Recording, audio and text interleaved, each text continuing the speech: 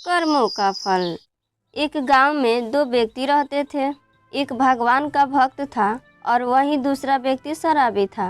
वह प्रत्येक दिन बुरा ही काम करता था। वह रोज पी कर आता और अपने बीवी बच्चों से लड़ता रहता था। उसने कभी अच्छा काम किया ही नहीं था। एक व्यक्ति भगवान का भक्त था।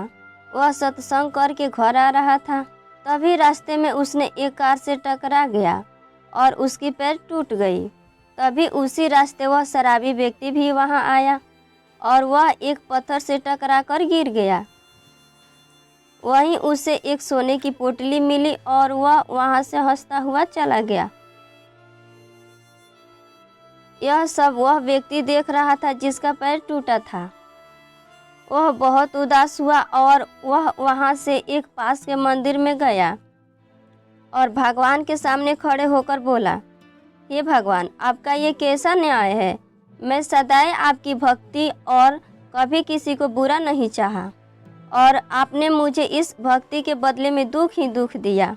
हमसे तो अच्छा वह शराबी व्यक्ति ही है जो कभी आपकी भक्ति ना किया, फिर भी उसके साथ अच्छा ही अच्छा हो रहा है।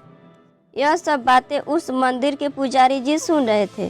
पुजारी जी ने उस व्यक्ति को बुलाया और बोले, बेटा, भगवान कभी किसी के साथ बुरा नहीं करते हैं, हमें तो अपने ही कर्मों का फल भोगना पड़ता है।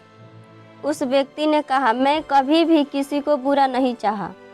तो पुजारी जी ने बोले, बेटा, तुम इस जन्म की बात कर रहे हो और भगवान कई जन्मों का हिसाब रखते हैं। उस शराबी व्यक्ति ने अगले जन्म में बहुत ही पुण्य किया था। उसको उसी पुण्य के कारण इस जन्म में राजा बनना था, लेकिन इस जन्म में उसने बहुत पाप किया है।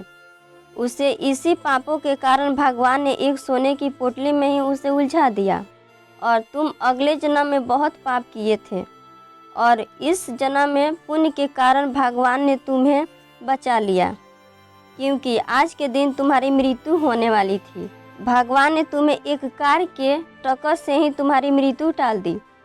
दोस्तों, इस कहानी से हमें यह सीख मिली है कि हमें अपने अपने कर्मों का ही दुख भोगना पड़ता है।